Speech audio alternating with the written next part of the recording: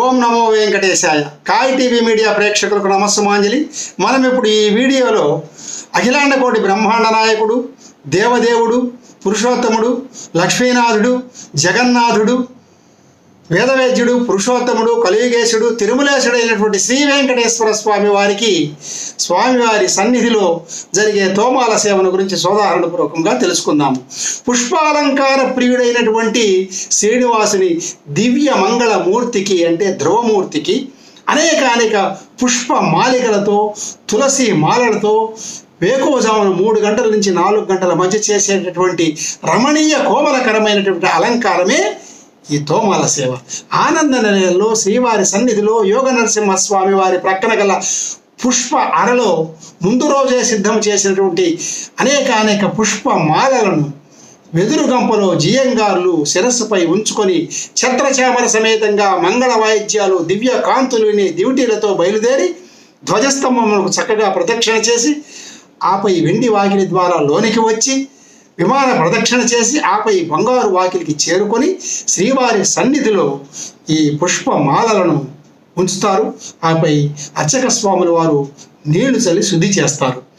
క్షణమాత్ర దర్శన భాగ్యంతో అవ్యక్త ఆనందాన్ని ప్రసాదించే దివ్యమంగళ స్వరూపుడైనటువంటి శ్రీ వెంకటేశ్వరుడికి జరిగే ఈ పుష్పాలంకరణ అద్భుత తోమాల సేవను భక్తులు కన్నుల పండుగగా వీక్షించి తరిస్తారు. ఆపాదమస్తకము అలంకరించే ఈ పుష్పమాలలకు కొన్ని స్థిరమైనటువంటి పేర్లు కలిగి ఉండటం ఇక్కడ విశేషం. అలాగే ఈ అలంకారాలకు ముందు స్వామివారి పాదములకు చక్కగా అభిషేకము చేసి వేద మంత్ర ఉచ్చారణల మధ్య చక్కగా పురుషోక్త విధానంతో ఈ కార్యక్రమాన్ని ప్రారంభిస్తారు. ముందుగా శ్రీవారి పాదములపై అలంకరించే ఒక్కొక్క మూర కొలతలు గల 2 పుష్పమాలలను తిరువడి దండలు అంటారు. అలాగే స్వామివారి యొక్క దివ్య కిరీటము మీదగా భుజముల వరకు 2 మూరల పుష్పమాలలను అలంకరిస్తారు. వీటిని శిఖామణి మాలలు అంటారు. అలాగే శ్రీవారి భుజాల నుండి ఇరువైపులా పాదాల వరకు అలంకరించేటటువంటి చాలా పొడవైన మాలలను సాలగ్రామ మాల అంటారు.